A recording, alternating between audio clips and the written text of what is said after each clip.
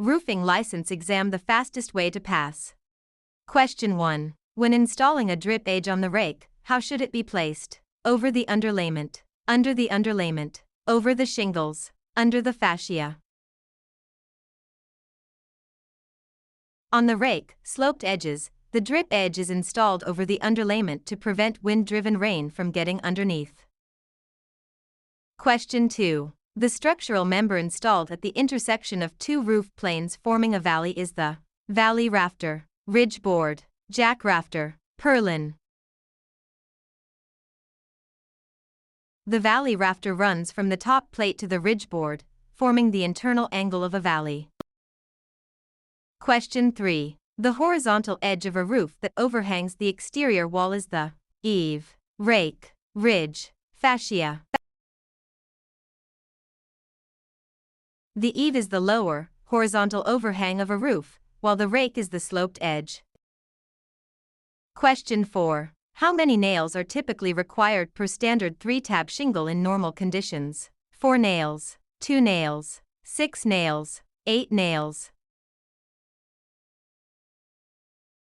Standard installation requires 4 nails per shingle, located just below the sealant strip, though high wind areas require 6. Question 5. Which material is highly recommended for valley flashing? Metal, example galvanized steel or copper. Plastic, wood, rubber. Metal flashing is highly durable and resilient against the concentrated water flow found in roof valleys. Question 6. What does an ice and water shield do? Self-seals around nail holes to block water, provides structural rigidity, reflects UV rays, improves attic ventilation. Ice and water shields are rubberized, self-adhering membranes that self-seal around fasteners to prevent leakages from ice dams. Question 7. Which type of roof is characterized by 2 different slopes on each of its 2 sides? Gambrel roof, gable roof, flat roof, shed roof. A gambrel roof, often seen on barns, has 2 slopes on each side, the lower slope being steeper than the upper. Question 8. The slope of a roof is typically expressed as a ratio of rise to run, length to width, area to volume, pitch to span.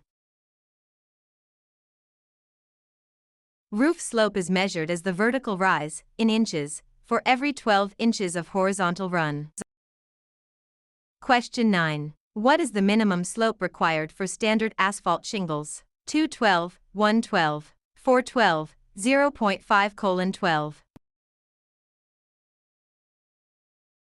Asphalt shingles generally require a minimum slope of 212. Slopes between 212 and 412 require special underlayment procedures.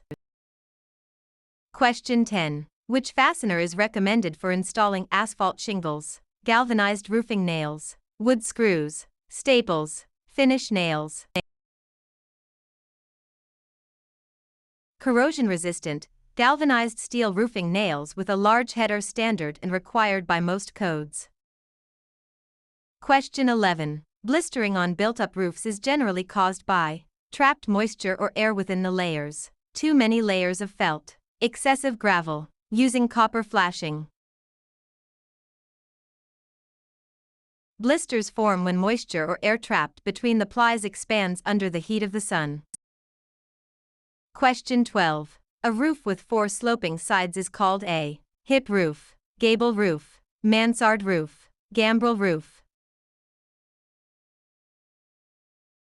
A hip roof has slopes on all 4 sides that meet at the ridge, lacking vertical gable ends. Question 13. What is a common sign of inadequate roof ventilation? Premature shingle deterioration, stronger roof trusses, lower indoor humidity, excessive wind uplift. Poor ventilation traps heat and moisture, which bakes shingles from below and causes them to blister or curl prematurely. Question 14. In built-up roofing, what provides the waterproofing? Bitumen, asphalt or coal tar, fiberglass plies, gravel surfacing, insulation board. Bitumen is the adhesive and waterproofing agent, while the felt/plies provide strength and stability. Question 15. What is the purpose of crickets or saddles on a roof? To divert water around large penetrations like chimneys, to anchor the trusses, to provide a walking path, to hold snow in place. Crickets are peaked roof structures designed to shed water and debris away from the high side of a chimney or skylight.